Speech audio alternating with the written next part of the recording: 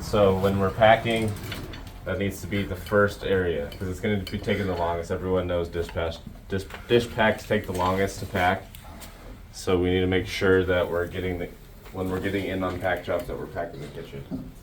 That's always one thing that Sandra always does when she's out on a pack job is, as a lead, she'll like, hey, I'll take the kitchen, you guys go work on upstairs.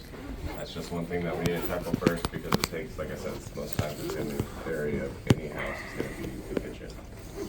So that's number one priority on day one of pack job always is packing the kitchen.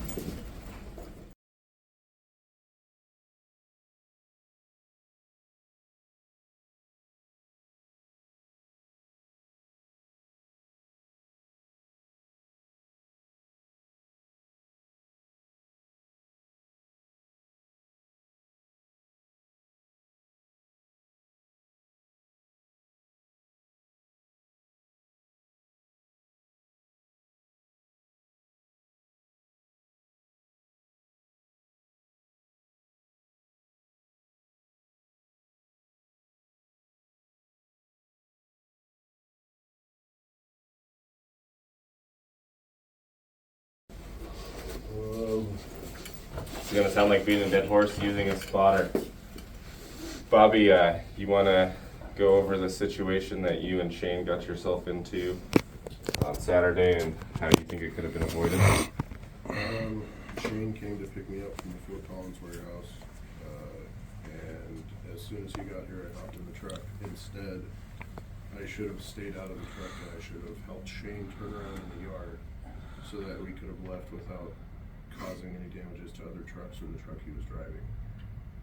Especially when down in this yard, you know what I mean, it's tight down in this yard in the mornings, especially on a Saturday, because not many trucks are going out, so you know how tight it gets down here.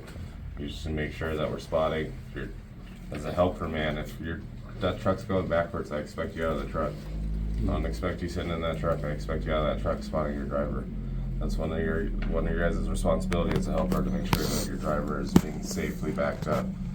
So if we're gonna try to be diligent, making sure that helpers are actually getting out, but you guys need to get out and make sure your drivers are okay when they're backing.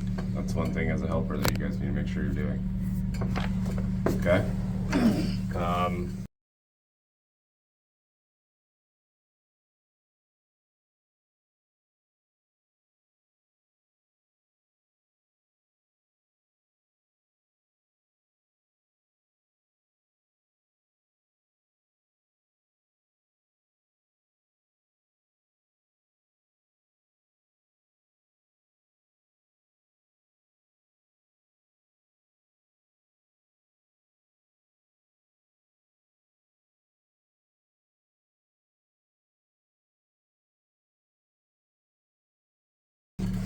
And then the last thing we're going to go over is paying attention to cube sheet / survey and noticing items that are not going. So that's one thing that always, customer will sit there and tell a salesperson like this is not going, and then on move day they're like, oh, this is going, this is going.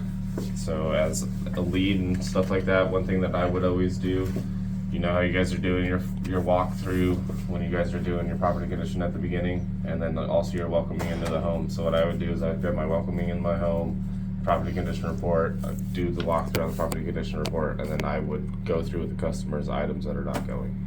So it's something that, you guys could get in front of instead of being behind where the customer's adding shit's going over and stuff like that, because we just need to be diligent when, on the survey that those items aren't going. If, the customer's fighting about it, give your sales rep a call. That's one thing that we're working on right now, is if we're gonna have issues on jobs and stuff like that, we're gonna put together a list of every single last phone number of all the salespeople and get it out to you guys. We'll probably pin it in a group like that. So if you guys have any issues on their job, we want you guys going directly with them, just so we could hash it out and then they could get with us.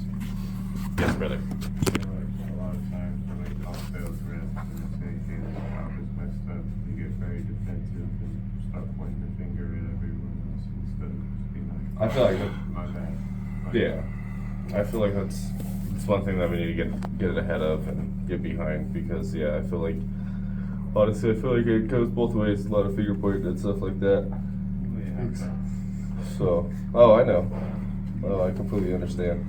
And like everything's situational, you know what I mean? Because you gotta understand also where the sales rep's coming from is the customer can sit there and say like this isn't going, and then on move day they're like telling you guys that everything's fucking going.